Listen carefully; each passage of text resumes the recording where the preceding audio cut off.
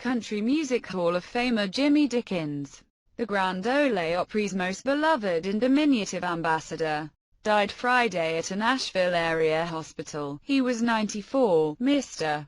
Dickens starred for decades on the Opry, where he was a vital part of the scene both on stage and backstage. His dressing room was an essential stop for performers on the show, and it was there that he held court for a variety of artists, some of whom came to the Opry more than a half-century after Mr. Dickens' 1948 debut.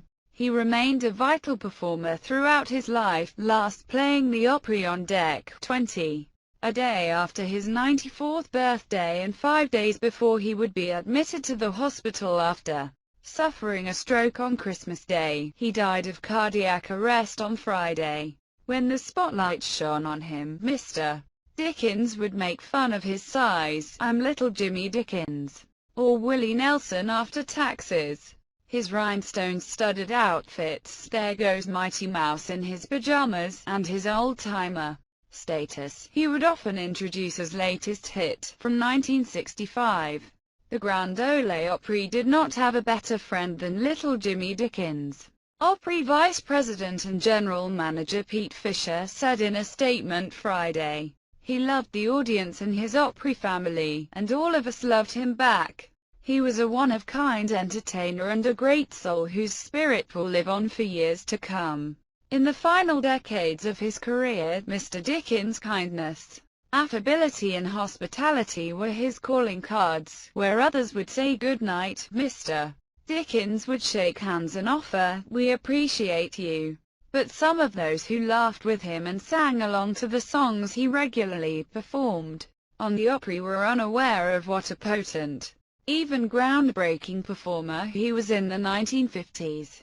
While the newly popular genre called rock and roll threatened country's viability, Mr. Dickens toured with a country boys band that featured 2 electric guitars, a steel guitar and more volume than Elvis Presley or Chuck Berry could muster.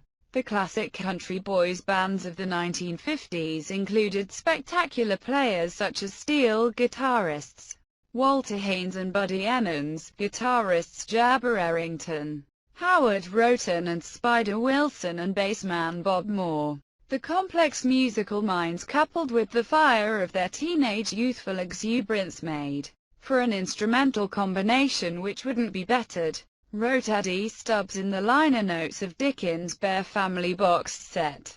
Roten and Wilson often engaged in twin leads that were precursors to the sounds used by their Allman Brothers Band in the 1970s, and though Mr. Dickens often downplayed his own rock and roll efforts, records such as "I Got a Hole in My Pocket" and "Hey Ma, Hide the Daughter" were visceral and invigorating.